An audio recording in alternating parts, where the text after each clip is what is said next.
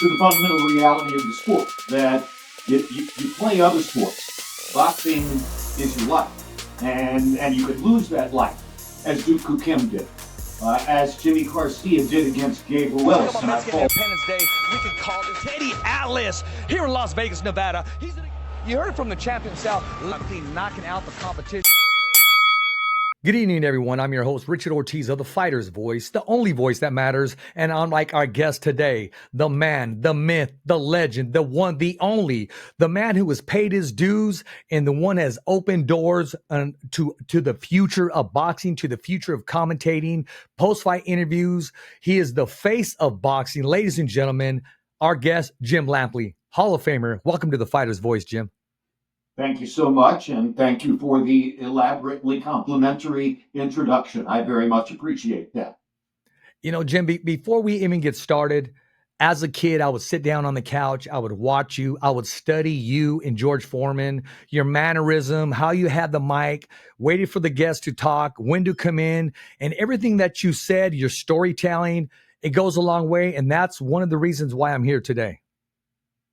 Well, that's great. You were watching HBO, and HBO was, to my way of thinking, the greatest storytelling channel in the history of television, whether you're talking about the drama series, whether you're talking about the comedy specials, whether you're talking about the entertainment specials, and especially when you're talking about the boxing telecast. I had the privilege of working with Larry Merchant and Max Kellerman in their role, Roy Jones, George Foreman, Emmanuel Stewart in the expert role. So I was very, very lavishly privileged to be working in that environment with those people. It's something that I will cherish all my life.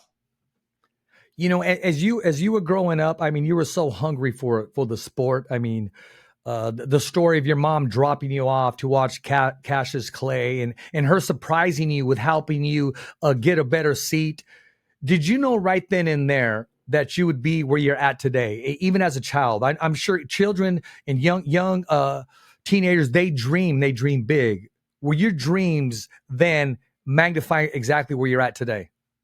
When I was sitting at my mother's kitchen table and, memories really become vivid in junior high school and high school, I was, for a while, pretty sure that I was going to be an athlete, and I would be one of the athletes that people spoke about, paid attention to. And then, obviously, you've read my book. So you know that on the day that all of us in the 8th grade at South Miami Junior High School were sent out to the athletic field to run a 60-yard dash, I was the slowest 60-yard dash in the class. A guy named Ricky DeFrank ran 60 yards in 6.2 seconds that day, and I was 8.2 or something like that.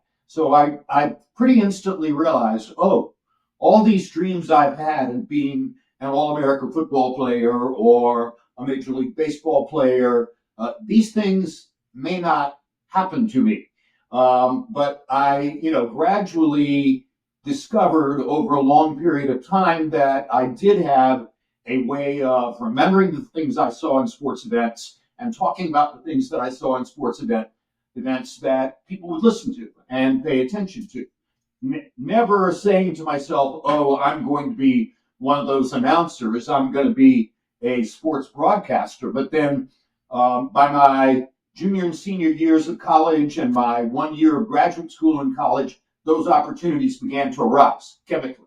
I met somebody in a classroom building who was already doing something on WUNC TV.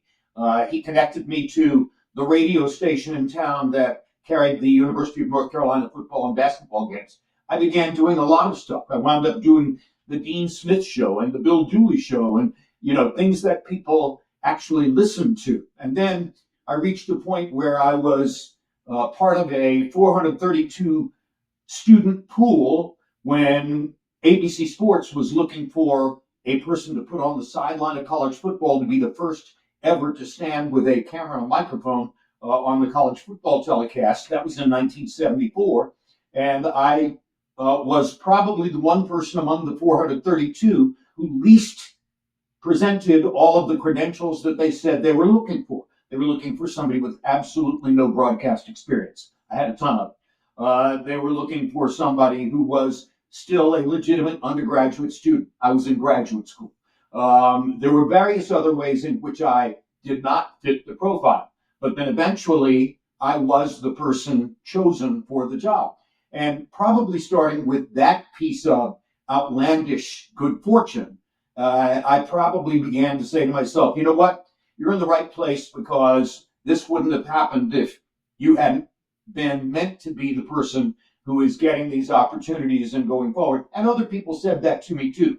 So by the time I started doing Wide World of Sports telecasts and other things at ABC Sports, including going to both Olympics in 1976 at age 26, 27, by that time I sort of felt, oh yeah, okay, I belong in this culture. There were older announcers who didn't necessarily think so, but I thought so, and that was useful for going forward. What was it like? I mean, looking at Howard Cosell, looking at his mannerism, and of course, he wanted everybody to be Robin. He wanted to be Batman. What was it like approaching him when he was, show prepping? When you guys would come across each other, what did you get from him?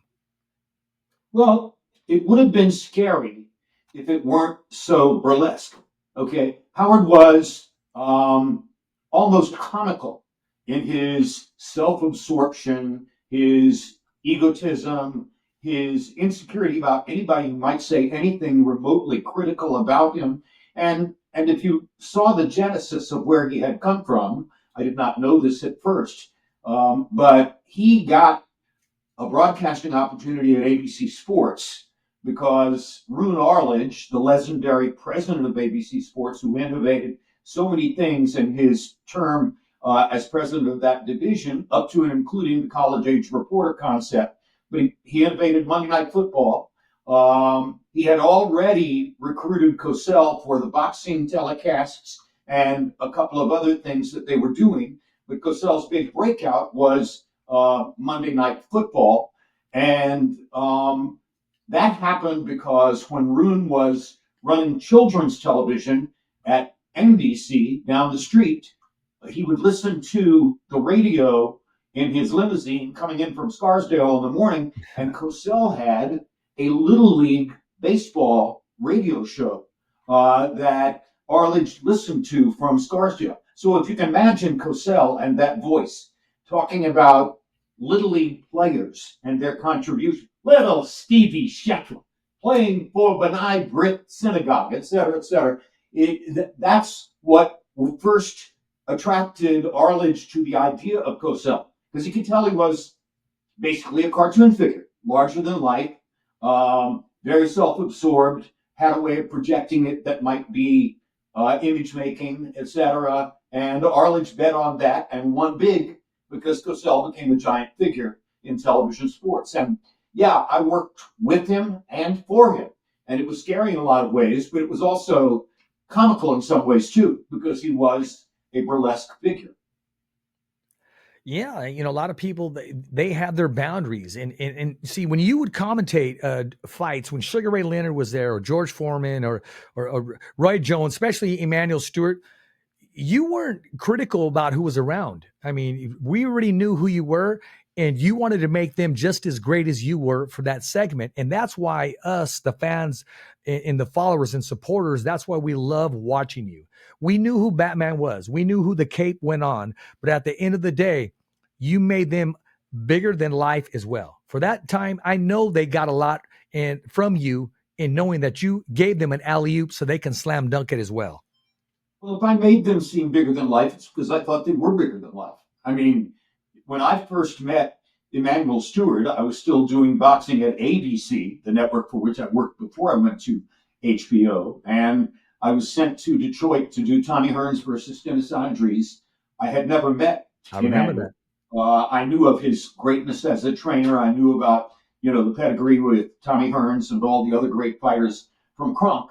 And I arrived in Detroit on a Thursday night, got off the plane, went to baggage claim looking for my sedan driver, and Emmanuel was standing there in baggage claim. And I looked at him and said, wow, what a coincidence this is. He said, no, it's no coincidence. I came to pick you up. And I said, well, I've got a driver here. He said, no, I sent your driver away. So let's get your bags and then we'll ride to the hotel and start to talk and get to know each other. So he was very overtly friendly and supportive from the first moment I met him when I was still at ABC. And when HBO decided to make him one of the ringside commentators, I was ecstatic because we already had very brotherly chemistry. And I can honestly say to you, eventually, all that evolved to the point, and listen, I was close friends with Larry. I was close friends with Max. I was close friends with Roy. I was close friends after a while with George. There was an initiation process with that.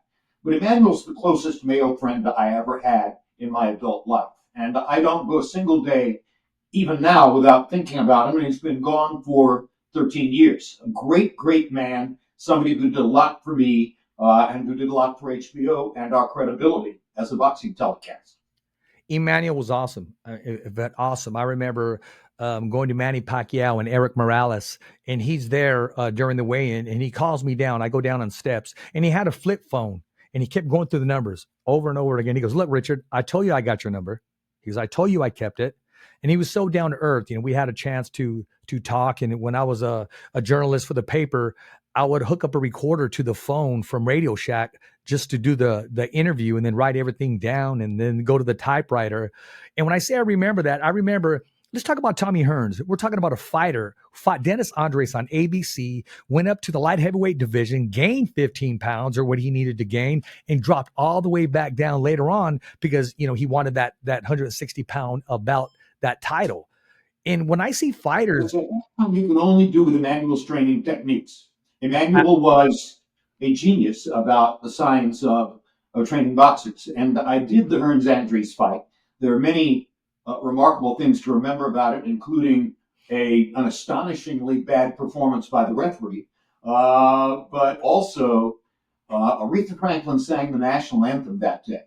And there was a columnist for the Newsday newspaper, the Long Island newspaper, named Stan Isaacs, who had developed the craft of recording sports national anthems and timing them.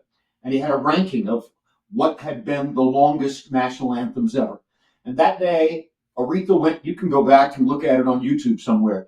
Aretha went 2 minutes, 48 seconds that day, eclipsing by 7 seconds the record that Marvin Gaye had established at the NBA All-Star Game in Pontiac, Michigan, a couple of years before.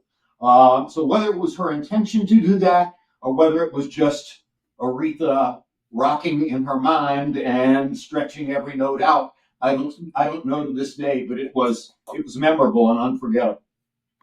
I mean, Emmanuel, from a fighter that Emmanuel's training against, and then later on to join Emmanuel's camp. You know, even when Emmanuel Stewart was with Oliver McCall beating Lennox Lewis, and then for the rematch, he's with Lennox Lewis. I mean, it tells you about what Emmanuel offers a fighter, and people are sold into that. And I don't know too many fighters that left Emmanuel and went to another trainer. Either when they left him, it's because Emmanuel said, "Look, I'm not going to train you. I think that part of your greatness has left you, and I don't want to be a part of it because I care too much about you as a person."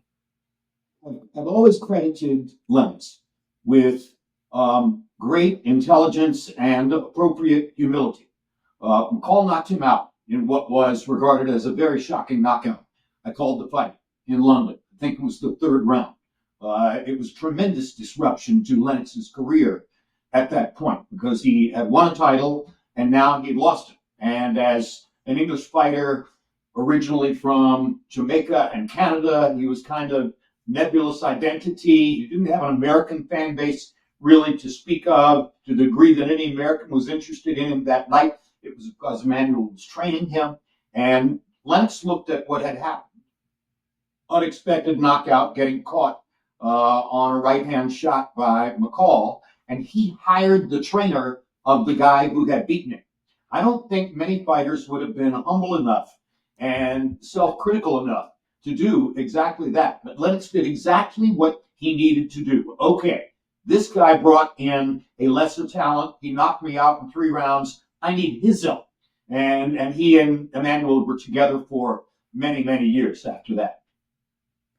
Some fighters, they just click better with other trainers. Other trainers are able to establish a fighter's trust and bring out the best in them. I mean, look at the end of Miguel Cotto's career. He was able to reinvent himself with Freddie Roach, and give us some very memorable fights when a lot of trainers thought he was done. Miguel Cotto was another smart and relatively humble fighter. Miguel Cotto never thought that he was God's gift. He knew that he was fundamentally a worker bee and that he would need to pay attention to all the details to reach his highest possible level of success. And eventually he suffered what I think was one of the most vicious injustices ever absorbed by any fighter in the ring when he got beaten up with bricks, baby. Beaten up with bricks, plainly by Antonio Margarito, which became apparent when our Margarito's loaded gloves were discovered in the locker room before his next fight. And I've never felt such sympathy for a prize fighter as I felt for Cotto, as the result of that particular series of events and how they affected his career. But, no fighter gets away without paying a price. Miguel just paid Absolutely. a highly unjust price, and a worse one than most people ever pay. Yeah, if you look at, when it comes around, it goes around. But when it came around and then some. The Bible says it, and he's living proof that you can't get away with what you think you're getting away with, because you're gonna have to pay even more than what you put somebody through. And yeah, unfortunately, with the eye and Shane Mosley taking him apart, and then Miguel Cotto getting his revenge. And yes, I know exactly what you're talking about. And it's the oldest dictum in the sport and the truest. And you can never make a hard and fast judgment from one fight as to what a fighter is going to do against the next opponent until you see what's the style matchup. And there were a lot of people prior to Mike Tyson, Lennox Lewis, who wanted to look through the filter of Mike's past career and say, oh, he's still Mike Tyson. But they were drinking Kool-Aid, because Lennox was 6'5", 6'6", and had all the elements that would make it very difficult for the 5'10" Mike to compete effectively with him. Yeah, and we saw the end result to that. I got to ask you this. I've watched you, and I see the way you handle yourself, and I was professional, and you get real emotional when you talk about certain fighters, and I felt it as well when you talked about Fernando Vargas, and watching him where he's at today, and watching the Vargas dynasty continue and the legacy to continue to go on. How does that make you feel as a commentator, almost like a father watching kids, because you were so close to Fernando? Well, I had the privilege of being close to them. I went to fighter meetings with them. I went into their training camps. I talked to their trainers. I tried as hard as I could to get them to know them personally in such a way as to be able to reflect in my commentary who this person is as a human being. And I, very early in my fight watching career, sitting in my mother's living room in Pompano Beach, Florida, or maybe Miami, I forget which, I saw the fight between Benny Kid Barrett and Emil Griffith. And Emil Griffith, with a referee who did not respond quickly enough to the moment, Emil Griffith basically beat Benny Kid Barrett to death. And I was introduced very graphically at that moment, before I was 10 years old, or maybe 11, something like that, to the fundamental reality of the sport, that you play other sports. Boxing is your life, and you could lose that life, as Duke Kukim did, as Jimmy Garcia did against Gabe Ruelas, and I called that fight. And one of the things I've often said in the wake of having grown up and learned and seen these things since Griffith Perret, since Mancini Kim, since other fights in which people have died. I called 4 of them, as I said. And the bottom line is that 90% of the time, if one fighter dies, The future of combat sports, a centralized platform where fighters, fans, coaches, promoters, and anyone involved in a fight game connect, communicate, and do business. Fighters can find fights, fans follow every move, and everyone in a fight game can showcase their services. Whether you're looking to promote a fight, find a cutman, or book talent, it's all here. FIGHTBOOK is changing the fight game forever. Welcome to the revolution. The other career fundamentally dies too. There's no way that fighter is ever going to be able to go back into the ring and fight with the ruthless cruelty that is sometimes necessary to win fights. They just can't do it anymore. And that's, frankly, a positive statement on human nature. The fact that Gabe Willis could never get it out of his mind, I love him for that. It's a part of him for the rest of his life. And, you know, he felt the loss too. You know, the loss, there's also a loss inside of him. I'm sure there's many times that he wake up in the middle of the night and just to have to calm himself down and take that step forward and continue with life. I mean, that doesn't just go away instantly. Who are you talking about there? Gabriel Ruales. Got it. Yeah. Well, fighters have unique souls. They have unique experiences. Yeah. They get challenged in a way that I think other athletes don't get challenged. I'm not just talking about boxers. Obviously, MMA people go through the same kind of personality challenges. But at the end of the day, it's unique. And like I said, and it's often said, I didn't invent the saying. You play other sports. You don't play boxing. This is for real. No, you don't. Talk to us about the Gotti list. What does it take to get on the Gotti list, and who's going to be on there in the future? That's like the Letterman's Hall of Fame. They get to wear the jacket. I mean, to be on that list, you got to have a set of, you know what? You got to walk in with a barrel just to put your God's gift that he gave you and also your corazón, your heart, into that big old barrel. The Gotti list, which I created for my HBO show, The Fight King, and which is now being continued on my Instagram page.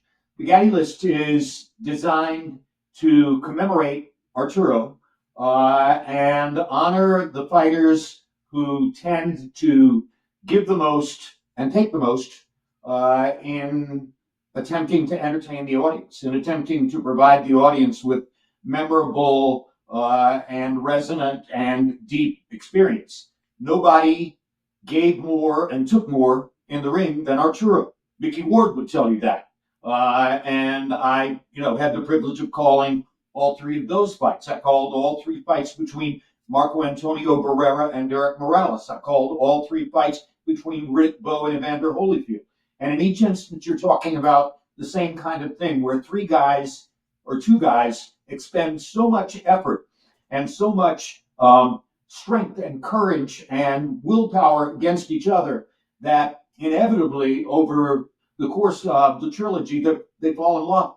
I don't know whether Bivol and Beterbiev are yet in love, but I think it would only take one more fight to cement the relationship because they're doing the same thing. They're going at each other with the same kind of reckless abandon and emotional commitment that we saw from those other three trilogies that I mentioned. And if you ask me, what's the greatest privilege of your boxing career, I would say I called all three of those trilogies, all 9 fights, and I could never have asked for a more deep and resonant and memorable experience in calling fights than to have called Gatti Ward, Barrera Morales, Bo Holyfield. Very well said. Tell us where the nickname, did they use the nickname a lot? I read Lamp. That used to be, they called you Lamp. I'm sorry. I didn't hear you. They would call you, instead of Lampley, they would call you Lamp. Well, a lot of people call me Lamps. Lampley Did is that a happen name that's young or in your professional Lampley is career? a name that's easily modified into a nickname. Lamps, Lampoon, Lamper, whatever, etc. A lot of people have modified it over the years. Lamps was the most popular version, and I think an overwhelming number of boxing fans called me Lamps. They would come to the ring, Lamps, do this, do that, et cetera, et cetera. I'm very grateful for that kind of familiarity because 90% of the time it means they like you. Yeah, exactly. They feel comfortable with you. Let me ask you this. after calling all these fights, all these fighters that got your attention, there had to be something. I mean, you have to at least have had to shadow box at least once, twice, or three times. And if you did, who did you try to mimic? I put on boxing gloves at summer camp when I was 9 or maybe 10 years old. I got hit, even though the gloves were giant, padded, like basketball-looking gloves. I got hit. I didn't like it. I realized that I was not quick enough to counter back, that I was more likely to get hit than to hit somebody, and I never boxed again. So unlike, say, Kellerman and a variety of other of my friends, Emmanuel, who was a Golden Gloves champion, Roy Jones, who was for a while the greatest fighter in the world, I never had the in-the-ring experience. So when somebody like, say, Jerry Cooney a couple weeks ago says to me, you really understand the game. You know the fighters better than anybody. You see what's going on in there. I think to myself, what an amazing compliment. I could never, ever have boxed. And that's part of why I'm so awestruck by what they do. I mean, you've heard me calling fights, say, things like, can you believe what you're watching? And this is beyond belief, that kind of stuff. I still feel that way about it when fighters give as much as, say, Bedriev and Bivol are giving against each other. And by the way, it's going to be fascinating to watch Crawford and Canelo and see who is able to test the other guy's ability and endurance emotionally and physically to get through. What do you think so far on the press conference? Are you gathering anything? Has anybody leaked anything? Do you see something special? I'm sure you do in both fighters. Do you see something special leading up to the fight so far in Canelo and Bud Crawford? I saw a picture of Crawford the other day. Apparently already at or over 160 pounds. He looked muscular and strong. That can be a mirage. It may or may not mean something, but I do believe that he is involved in a meaningful and serious conditioning program, which will give him different physical capabilities going into the fight than he has had in the past at 147 pounds. Whether that means he can win, we'll have to watch the fight to find out. Would I make him the favorite? No. I have to make the Canelo the favorite because Canelo has fought at the weight, and Terrence is going to be in a new world. How many rounds do you think where he's going to feel the difference in weight and also feel the difference in power? And he's still got to get used to his body, his own body and reflexes, and he's doing that now. How many rounds do you think he needs to figure that out? I don't know. I'm not a trainer, okay? I would rely on Emmanuel to tell me how many rounds he needs to figure the whole thing out. But he is an extremely intelligent and adaptive fighter. He's not a guy who is without answers if things start to go wrong in the ring. I think the problem for Terrence is that he's going to need at some point to be able to do damage to back Canelo up to a greater distance, etc. And that's going to be hard for him because Canelo has the greatest punch resistance in the sport. We call it chin, but it's not just the chin. It's a conglomeration of factors. And one of the things that makes Canelo impossible to knock down is his legs. He has fantastic leg strength from all of the horseback riding he's done ever since he was a kid. So as you know, you probably know the statistic. Only one official knockdown in Canelo's entire career. It was against Miguel Cotto's little brother, Jose Cotto, in what was Canelo's first fight on HBO. Jose Cotto caught him in the chest with a hard shot. Canelo kind of rocked back, hit the ropes, came forward, stumbling off the ropes, and he didn't go down, but the referee, ruling highly technically, said that the ropes had kept him up. So that became an official knockdown. That's the only official knockdown of Canelo's career. Nobody has ever put him on the canvas. And I would be surprised if Terrence Crawford is able to put him on the canvas. But that doesn't mean that Terrence can't win the fight. I asked Larry Merchant, and I've used this quote a few times on other shows, but I'll give it to you. I asked Larry Merchant a couple of weeks ago, the 94-year-old but still brilliant Larry Merchant. Do you think Terence Crawford has a chance to beat Canelo Alvarez?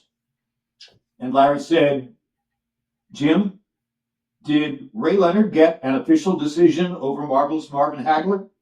And I said, yes, he did.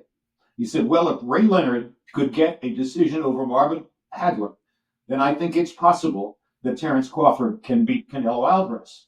And the method, the scenario, is the same as what happened in that fight, which is get in, get out, get in, get out, over and over and over. Get in, land the pass combination, get out before you face the counterpunch retaliation. I agree with you. I'm going to be honest with you. If the fight goes a distance, I think Bud Crawford will be awarded the fight. Now, whether he wins the fight, I think he'll be awarded the fight. I think Canelo's going to have to get him out of there and not leave it in the hand of the judges. I think it favors Bud Crawford if it goes 12 rounds. To a decision that favors Terence Crawford.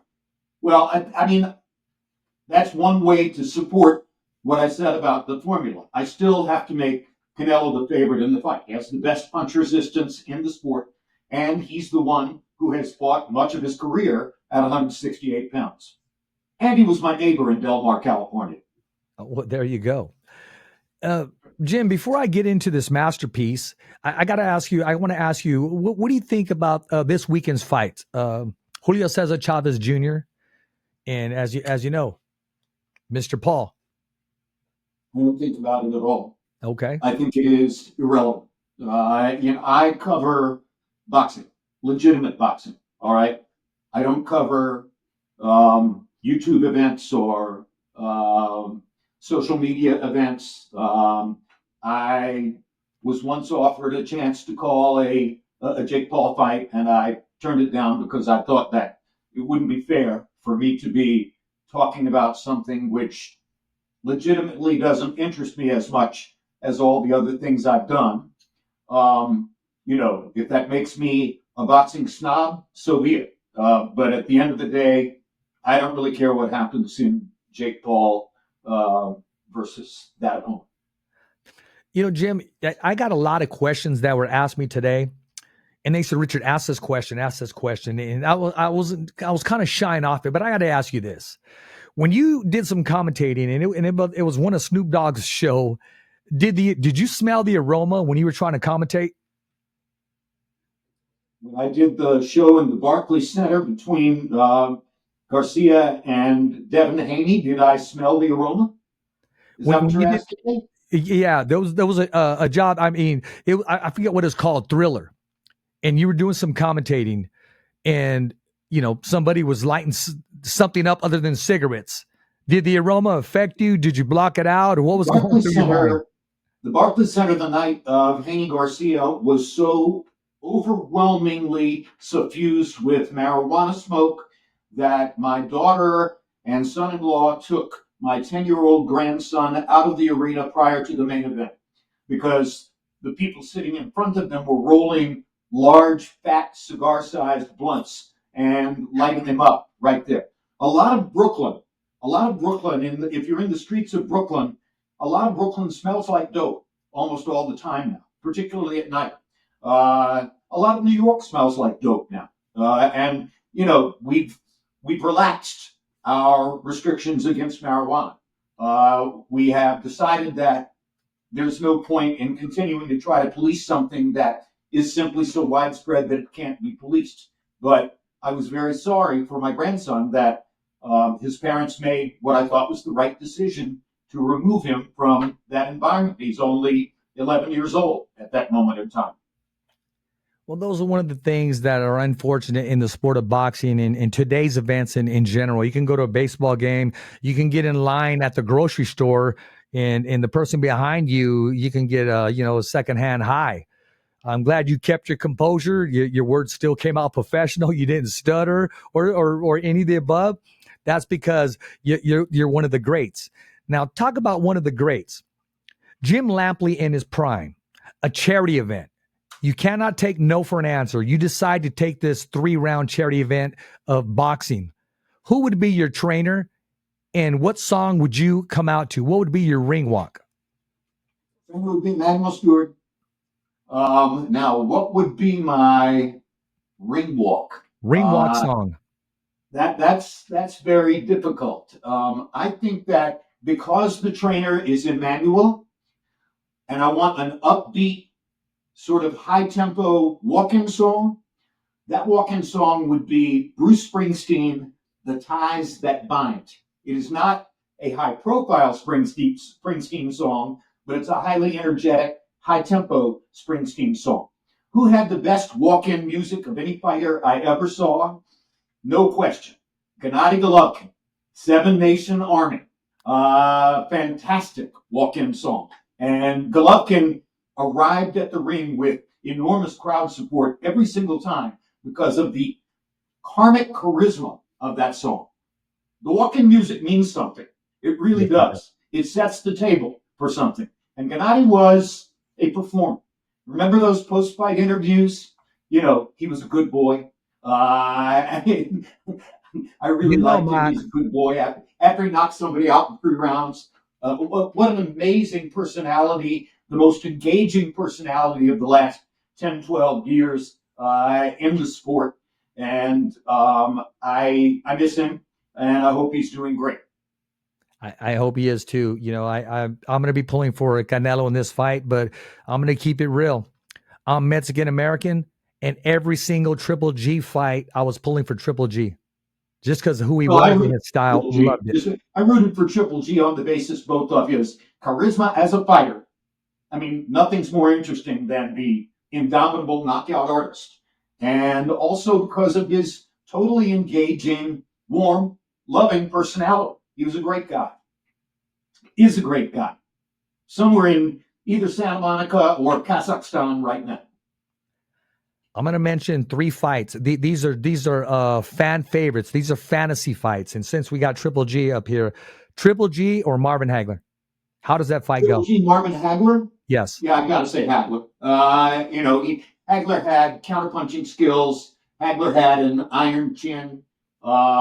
I think he could stay in the fight long enough to outpoint Triple G, as Canelo did. But anytime Triple G knocked somebody out in a hurry, it never shocked me. So I don't rule out the possibility that he could. I asked you this, you coming out of the elevator in Las Vegas, and then a crowd started to form. Tommy the Hitman Hearns and Bud Crawford. Tommy Hitman Hearns and who? And Bud Crawford at 147. Oh, my goodness. Hearns' height, Hearns' length, Hearns' punching power. I think Crawford is a great, great fighter, and he's one of my favorites at this moment and one of my all-time favorites among fighters that I call. But Tommy Hearns was Tommy Hearns. And oh, by the way, I really like Terrence Crawford's trainer, Brian McIntyre, but Tommy Hearns was trained by Emmanuel Stewart, my dearest and closest friend ever in adult life. So I got to go with Tommy in that fight.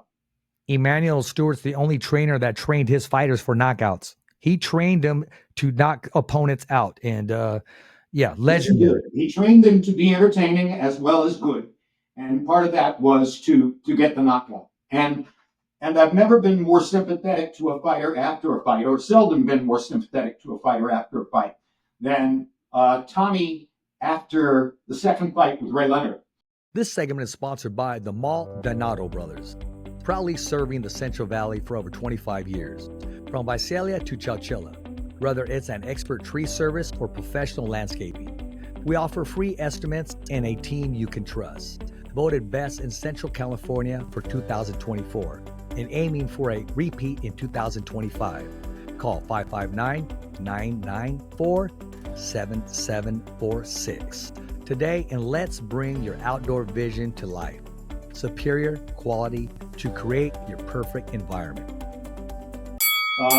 Because he knocked Ray down twice, and Ray had no knockdowns. And the judges called it a draw. And a lot of people at ringside thought that was a really egregious decision, and I had trouble agreeing with that decision too. And part of it was that Ray was a close friend, but Tommy had a sweetness about him that was special. And I think even Ray felt sympathetic to Tommy that night, that he could knock Ray down twice and not get a decision. Well, that night, Tommy held his head up high and he took over the whole press conference after the fight. He knew, his hand might have not been raised by himself, which he deserved to have it raised. But that press conference right afterwards, he took over and he knew in his heart who should have been awarded that fight. Okay, let's go to Roberto Duran and Floyd Mayweather at 147. Power, Duran, tenacity, Duran, defensive skills, Mayweather, counterpunching skill, Mayweather.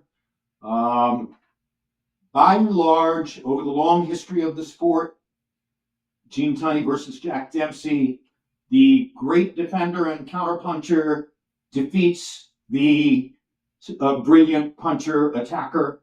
Duran was a brilliant puncher attacker. I've got to pick Mayweather to beat him, particularly if we're talking 147.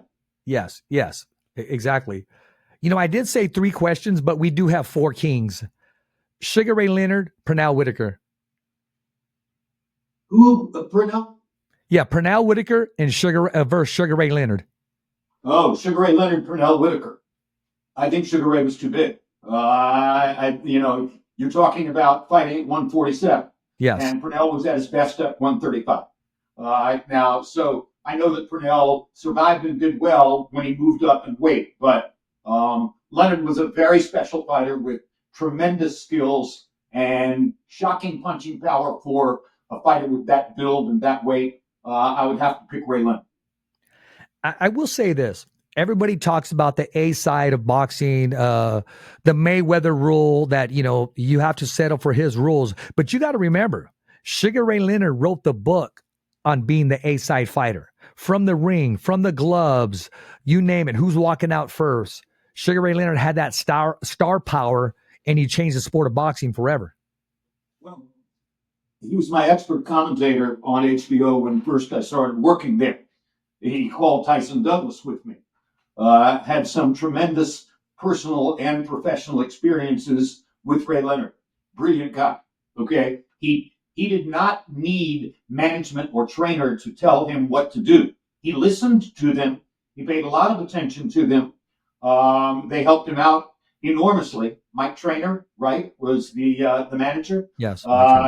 And of course, he had a good trainer too, Angelo Dundee. Yes. But a great trainer, Angelo Dundee. But a lot of what happened to Ray because Ray was Ray. Really smart guy, really great analyst on the air, really great friend. Never forget it. I want to add this in before we talk about the book. Is it safe to say that Oscar De La Hoya also changed the sport of boxing? Because you got to remember, the only women that ever showed up is you would see Brooke Shields sitting ringside, or you would see Bo Derek sitting ringside. But when Oscar De La Hoya would fight, the weigh-ins, the fight itself, over 50% of the fans were all female.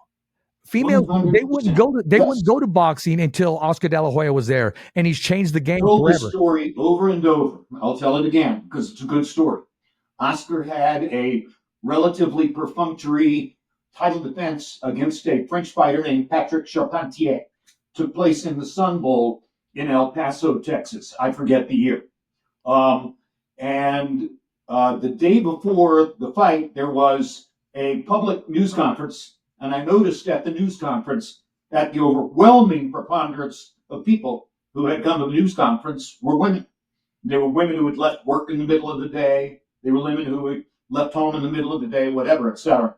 But they populated the news conference. So the following day, when the Sun Bowl was filling to a crowd close to 50,000, it was well over 40,000. I left my announce position probably an hour before the fight and walked up to the last row at the top of the stadium in the Sun Bowl and looked out over the top of the stadium toward the road coming up the hill behind the stadium that led to where people entered for the fight.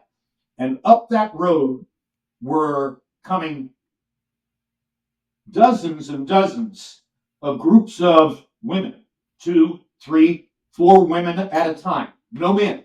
All right. There were men there, but the overwhelming preponderance of fans was women. And my theory that I've expressed a few times, and there's no way to prove it, but my theory is that Oscar sold more individual event tickets for sports events to women than any other athlete in American history. Think about that. I believe that's true, that Oscar sold more tickets to women than any other athlete in American history. More than Joe DiMaggio, more than anybody else you can name, more than Joe Namath. And Namath sold a lot of tickets to women, I guarantee you. That says a lot. You know, you said they left work early. They left their house early. Well, they probably left their husband early that day, too, to see Oscar De La Hoya. Well, he had a unique appeal. You know, he was handsome. He had been introduced to America at the 1992 Olympics in the wake of his mother's death. He had wept on camera about his mother's death. Yes. Justifiably. He had won the gold medal, which he dedicated to her. He had gone on to become a successful professional. He had beaten Julio Cesar Chavez twice. So Oscar had real credentials. Now, a lot of people don't think he actually won the Whitaker fight, and I can't disagree with that. But at the end of the day, you have that much glamour, that much cachet, that much audience appeal. You're going to catch a break every once in a while, and he did. Now, he didn't catch a break in his fight against Tito Trinidad. You know, I now want to talk about this masterpiece right here. And I've always said, man, when's he going to come up with something? When's the long-awaited release of this book? And me personally, I love The Boxing Mistake. I love how you faced adversity. When you thought you were up, in this chapter, you were up against the ropes, and you fought adversity to get you where you're at today. Talk to us about that, The Boxing Mistake, in your book. I was at ABC Sports, where I had been carving out upward mobility and graduating from step to step in my career at ABC Sports, while competing with the most star-studded roster of television sports commentators in America. Cosell, Keith Jackson, Chris Schenkel, Frank Gifford, Bill Fleming, all of them Hall of Fame names, all of them there with long-term contracts before I arrived. So I come along as first the kid on the sidelines, which looks like a gimmick role, and then eventually I get assigned to Wide World of Sports, all of the funky folk events like the wrist wrestling, the log rolling, the barrel jumping, et cetera, and then eventually to other things. And I get to the point where I'm the late night host at the 1998 Winter Olympics in Sarajevo, Yugoslavia, and then I'm the late night host at the Summer Olympics in Los Angeles that summer, as well as the swimming play-by-play, and I'm really coming on. I'm making a lot of forward progress. And by 1987, I was on the verge of very big assignments that would put me on the same tier with all of the legends that I mentioned. And then the network was sold to a stations group. The stations group wanted to put their person in charge of stations. They had to move somebody from the stations division to do that. Rune Arledge was running both news and sports at that time. Very easy for new ownership to say, crazy for one person to be running news and sports. Those jobs are both full-time jobs. So they went to Rune and said, which one do you want? He kept sports. The stations manager, a guy named Dennis Swanson, was then moved to the sports division. He arrived with one predilection about the sports division. Who is Jim Lampley? And why do I have to pay him all the money in this contract? Why are there 3 years remaining on the contract? How do I get rid of him? So he wanted to find a way to make me walk away from ABC Sports, to make me feel underappreciated and belittled, and to see that my career could really run aground if I stayed and tried to fight with him, which I wasn't intending to do. And he chose, as a means of getting rid of me, assigning me to boxing. Now, this was a stylistic choice. Okay, he's a preppy white kid from North Carolina. He's been doing all of these other things here. The audience will see him as the successor to Cosell. This will kill him. He wanted me to walk away from my contract. So he signed me boxing. He did not seem to realize or understand that the network had just signed a get acquainted, look-see contract with a 19-year-old heavyweight from upstate New York, whose name was Mike Tyson. So my first few television boxing matches at ABC were Tyson's first few fights on network television. And on the basis of riding Mike's coattails, I became a bigger figure, and I became enough of a boxing figure that when I did walk away from ABC Sports and I wound up working for CBS in Los Angeles, I had windows in my contract that would allow for other things, and HBO came to me and said, we want you to call our fights. That was 1988. The first fight I ever did was Tony Tubbs versus Mike Tyson in Tokyo. And if you go back to YouTube or whatever and look at the opening on camera from Tokyo for Tyson Tubbs, early 1989, you will see my hand shaking on the microphone. My hand was shaking on the microphone because I was overwhelmed that I was working for HBO, that all of this had happened as the result of someone getting rid of me at ABC, and now I was covering, and Mike, at that moment, was already the biggest and most meaningful athlete in the world. He was the number one public figure in sports already, and here he was, and he was my story. So I was overwhelmed by that, and I'm just thrilled that that led ultimately to 31 years of working for HBO. How lucky can you get? And by the way, I was chosen to replace a highly competent, really skilled, really high background boxing blow-by-blow guy named Barry Tompkins. He was really good. It's only because of the perversity of network politics and image making that they asked me to come and replace Barry. Wonderful person, very good friend to this day, supportive to me in every way, and a great fight caller. How do you like it? Right? I mean, Barry Tompkins was good. Well, I watched the George Foreman Michael Moore fight. And what I caught differently from George as he was coming in the ring, of course I was pulling for George Foreman. And, you know, credit to Michael Moore from light heavyweight moving all the way to heavyweight, skipping cruiserweight. I noticed when George got in the ring, he had that cutoff sweatshirt and he was warming up. He didn't want to sit back, take punches and warm up as the fight was there. He knew he needed to catch him. He knew he needed to time him. And that's what I remember after that 10 count when he didn't get up, hearing your voice say it happened as the late, great, legendary George Foreman sat down and started thanking the Lord. I mean, that just, it rings. You have so many things. I remember there's one fight, I can't remember. You and Larry were going back and forth. Larry said something like, it makes Cinderella look like a sad story. And you guys were going back and forth and you didn't stop. You go, it boggles the mind. And when you said that, to this day, me and my friend Anthony Krieg and Bo Bertoncini, we would watch fights at home in Big Bill Connington, and we'll joke around and say, when they would tell me something, I would say, it boggles the mind. Like I would say, hey, do you have any beer in your refrigerator? I might. Are you sure? It boggles the mind. We got that from you, and we use it to this day. How does that make you feel knowing your catchphrases are catchy, and people all over the world are using them, and I know I'm not the only one? Well, there are two.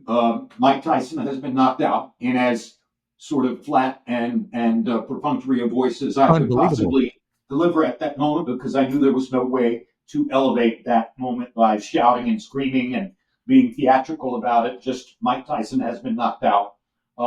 That was in Tokyo. By the way, at 11 o'clock in the morning, with a crowd of 34,000 spectators who didn't make a single sound. So it was one of the most bizarre atmospheres ever for a sports event. It happened. You've read the book, so you know the story. That's obviously my most remembered call, and to this day, people will yell from across the street in New York and Vegas, wherever. It happened. It happened. They remember that. And it came from the fact that in the weeks prior to the fight, George was working with me as our expert commentator. There were 3 or maybe 4 occasions when I pulled the late George Foreman aside after a crew meal, after a fighter meeting, after a production meeting, wherever. And I said, George, how are you going to beat Michael Moore? We called his title-winning victory over Holyfield. So you saw what you're dealing with. He has good feet. He's a southpaw. He's fundamentally a counterpuncher. You're an attacker. How in the world are you going to beat him? And every time I asked him, and as I say, it was 3 or 4 times, every time I asked him, George would size me up with his implacable George Foreman gaze and say, Jim, you watch. There will come a moment late in the fight when he will come and stand in front of me and let me knock him out. Always the same words. Let me knock him out. And I'm thinking, what is George smoking? What is he talking about? That isn't the way Moorer fights. So how he did it, how he got it to happen, I'll never be able to articulate. I don't think he just got lucky. I think he knew what he was doing. And if you watch it on YouTube, it's uncanny because you can watch and see Moorer come and stand in front of him and more or less let George knock him out. 1, 2, 1, 2. Yep. We're out of here. Exactly. George didn't have to land hard or full force for it to be a thudding punch. You're talking about one of the most powerful punchers in the history of boxing. And by the way, power punching was a science for George. He wasn't just a powerful puncher because he was big and heavy-handed, etc. He could go on for 10 minutes about timing and weight shift and the angle of the punch and how you set it up with the jab. And, I once said, show me your best jab. And he said, which one? I said, what do you mean? He said, I have 4 of them. There was the upshoot jab. There was the hook around the corner jab. There was the straight up the middle jab. He hit Moore with the straight up the middle jab. And then he hit him with a right hand. It doesn't look like an underus right hand, but it is right on the point of the chin. And bye-bye. It was a great example of somebody conceiving something in his mind, knowing he could do it, going into the ring and doing it. That was George Foreman. And by the way, I have said to many people, George Foreman was a genius, a true genius. And people say, what causes you to say something like that? And I would always say, okay, let's start with the bank account. All right? He's the greatest pitchman salesman in the history of American society. And there was no agent or manager picking all those products. George chose those products. He chose the products that he thought he could sell. He stayed within his own personality envelope. And it was great. He did a fantastic job of that. He was generous with his money. He bought me a very expensive watch one time. I didn't even know I wasn't even sure that he liked me at the moment that he bought me the watch. After that, I realized, yeah, he does. So he was a great man. And for him to die 2 weeks before the publication of the book, okay? The book's published April 15. George died, I believe, the last day of March. And that's just uncanny because the title comes from my call of his Moore fight. The prologue is the 19-year-old me. The first thing you read in the book is the 19-year-old me watching the 19-year-old him win his Olympic gold medal in Mexico City against a Russian heavyweight named Anton Josipovich. There are many other ways in which he shows up and is meaningful in the book, including the explication of where it happened came from. So the book it's a tribute to my mother and my grandmother, but it's also in some ways a tribute to George and to Emmanuel.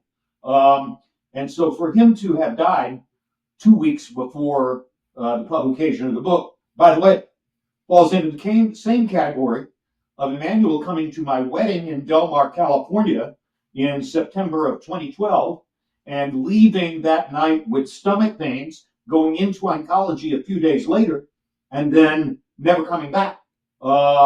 So they're both tremendously sentimental for me, and they go hand in hand with all of the unpredictably poetic and poignant and unforgettable things that have happened to me ever since my mother sat me down in 1955 in Hendersonville, North Carolina, to watch Sugar Ray Robinson versus Bobo Olson for the middleweight championship of the world.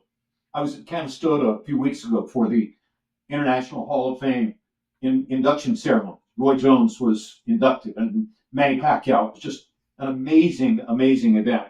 And one of the things that always gets me about being in Canastota is how perfectly they replicate and remind us of all of the great things that I had the privilege of watching while I was doing my work. I mean, Marco Antonio Barrera and Eric Morales were there last year, and Arturo Gatti can never come because he's gone, but Mickey Ward was there again this year. And these things speak to my heart because they remind me of the amazing privileges I had sitting and calling boxing matches on HBO. You know, we got to make some room for Emmanuel Stewart and George Foreman on that Gotti list somewhere, somehow. And you talked about Andre Ward. I mean, I'm sorry, not Andre Ward, Mickey Ward, and being in the corner of Arturo Gatti after being in the ring with him. I mean, who can write a better script? And it happened, just like you said, it happened. Yes. And I'll never forget the story I like to tell about Gatti and Ward is that I believe the first fight was at Mohegan Sun Casino in Connecticut. I went out into the hallway after it was over. It took 15, 20 minutes to get my bearings, gather my papers, and say goodbye to the guys I was working with, Emmanuel and Max, that night. And I walked out into the lobby, and Gatti's manager, Pat Lynch, was standing there, and he was crying. And I said, Pat, why are you in tears? And he said, I can't believe we lost. I can't believe that 2-point decision went against us. I thought Arturo fought the best he could possibly fight. And I said, Pat, if we came back a year from now and we brought back every single person who had a ticket tonight and was seated in that arena, and we polled them all to ask who won the fight, how many do you think would accurately remember that Mickey won the fight? A lot of them would have no clue because it really didn't matter who won those fights. They both won in every fight. They won fans, they won love, they won appreciation, they won history in all three of the fights.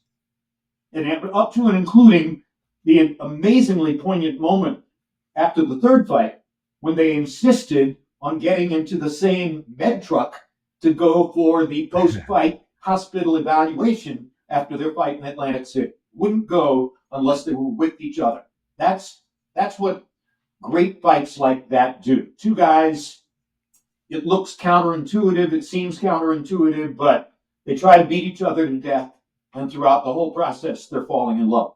And by the end of the fight, they know each other as well as their mothers do. They've tasted each other's sweat. They've tasted each other's blood. They know exactly what each other's vulnerabilities are. They know what each other's strengths are. They know each other better than anybody else in the world at that moment can know them. And that breaks down personal barriers. I mean, Barrera and Morales did not intend at the beginning to be friends, but they are now because they share an experience that is all theirs and only theirs. Same with Arturo and Mickey. And as you know, Mickey gave the eulogy at Arturo's funeral. Mickey donated a lot of money.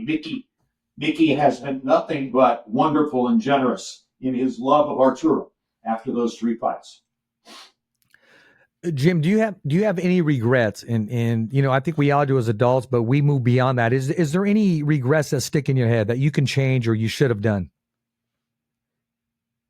There are lots of things I've done wrong, and there are some fights I might like to call over, but I can't specifically remember them at this point. Regret is generally overwhelmed by the sense of joy, privilege, thrill, and excitement and really surprise that I feel from having gotten all that I got out of an executive who thought that he could banish me from sports television by assigning me to boxing. I mean, nothing could have been greater for me. You've got behind you Muhammad Ali, and I believe he's hitting Sonny Liston. Is that correct? Joe Frazier. What? Joe Frazier? Joe Frazier. All right. So Cassius Clay was my childhood hero. And Cassius Clay was my childhood hero largely on the basis of politics and race relations. But ultimately, of course, he became my hero for his humanity, his amazing charisma and meaning as a human being. So for you to have him behind you as I'm sitting here doing this interview is inspiring to me. Well, thank you, because I know you do a lot of podcasts. I know you do, but I know this one. Deep down, I'll talk to you after we record exactly where we're coming from. But I thought one of the regrets in your life would be not holding on to that ticket stub, Cassius Clay in 1964, Miami. Well, there's no regret about having gone to that fight. That becomes the pedestal for a lot of things that went on in the future. And of course, as you know from reading the book, that's part and parcel of my overwhelming gratitude and homage to my mother, who was at that point a double widow, struggling to effectively raise and support her teenage son in Miami. I was 14 years old. Yeah. I saved lawn mowing and car washing money for months to buy a ticket for February 25, 1964 in the Miami Beach Convention Center. I don't remember whether the ticket was 100 or 150, but it was something like that. I wish I had held on to it. It would have been worth millions. But we didn't know in those days what would happen. There was no internet. There was no vehicle for which those things were going to be sold and distributed. So somewhere along the way, I lost the ticket. My mother took me over, dropped me off, drove around for a few hours, then came back by pre-established plan and picked me up. I got into the car saying, "I have upset the world. I'm the greatest of all time," et cetera, et cetera. Went home, got up on the roof of our rented tract house, screaming the same stuff.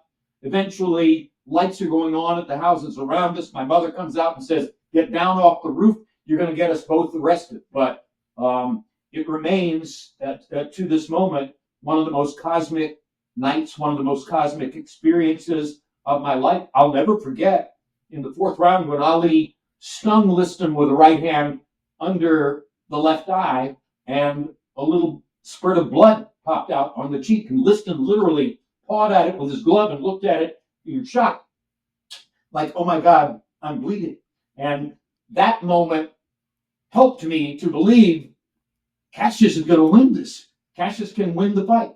And I was sitting next to an older guy, a guy in his 60s or 70s who understood boxing, and he told me at the beginning of the fight how pointless it was for me to hope that Cassius, he wasn't Ali until 2 days later, how pointless it was at the beginning of the fight for me to hope that Cassius was going to win, because in effect he had no chance, et cetera, et cetera.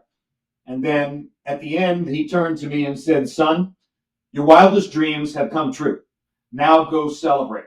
And, at that moment, he was helping to indoctrinate me to be the boxing fan that I became.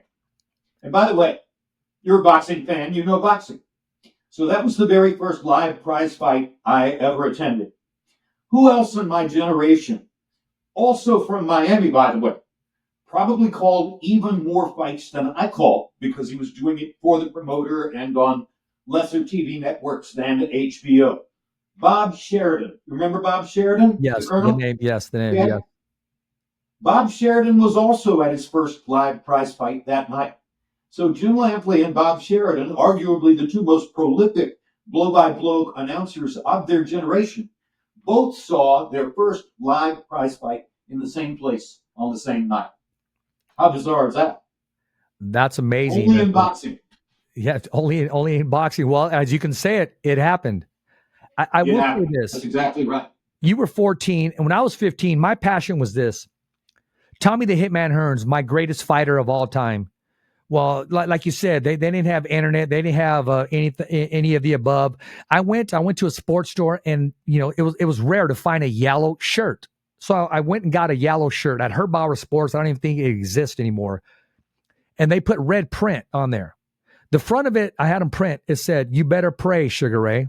And on the back in red, it said, "Tommy the Hitman Hearns." I made my own Kronk shirt, and it was all ironed on. I to this day, I wish I could find it to show the owner of the Kronk. My Kronk hat sent to me by Jonathan the other day, Jonathan Banks. It's fantastic. You can order it from the Kronk website, by the way. It's the best baseball cap I've ever had. Kronk. So can I show you something? I was a huge Thomas the Hitman Hearns fan. I was just as big a fan on a personal level as I was for him as a fighter. And he was classy, he was dignified, and of course, a lot of that was taught to him by the great Emanuel Stewart. Absolutely. Jim, since you brought that up, I got to turn around. I got to show you something.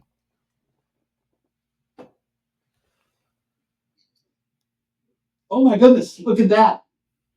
Detroit. Now mine is black and white, but that one is really classic because it's the yellow with the blue and red. I've got t-shirts that commemorate that. But the new Kronk hat that I got a couple of weeks ago is black with a white Kronk across the front. But that's the traditional Emanuel Stewart cap. Yes.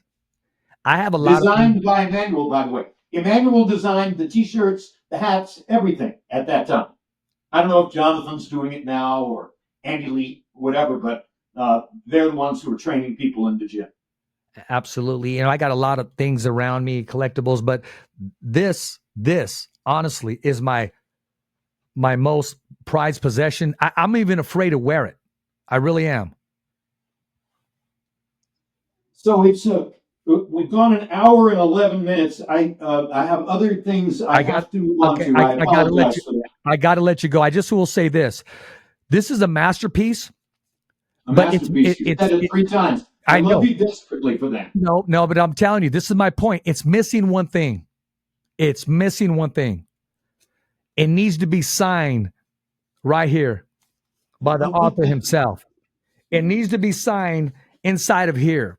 So if I got to send this to you, co-author to sign it on, there's a page inside that has some print on it, about 3 or 4 pages in, and I was taught by him to put the dedication above the first little portion of print and to put the signature right under it. So if you flip through a few pages further, you would find that page that he designates as the way back to the front. All right, not in the back, in the front. 1, 2, 3 pages. 1, 2, 3. There you have it. So it goes to the person that's being dedicated above it happened, and then the signature goes below. That's what I was taught by my As Told To author who has done 10 or 11 books. So at the top it would be to you, and underneath it, between there and Jim Lampley, would be my signature. Well, I'm going to send it to me. I can do that. If you send it to me, I can do that for you. I appreciate that. I will send it to you. I missed the signing. I was invited to your signing at Wildcard Gym by Marie. I had another engagement, but I wanted to be there, and I'm glad I have you here now. Tell us about it. Where can we order this on? 200 books at Wildcard that day. Thank you, Marie. Thank you, Fred. Yes. Well, ladies and gentlemen, I want to thank our guest, the one and only, the Hall of Famer. And if you have not subscribed to our YouTube, please do. It's www.youtube.com/thefightersvoice. Remember, every fighter has a voice, and so do you. Once again, I want to thank our guest, Mr. Jim Lampley. As always, it's a wrap. Thumbs up for Richie. It's always voiceography at its finest. So on behalf of Richard Ortiz, the special guests, saying hasta luego, babies. And always, thanks for listening.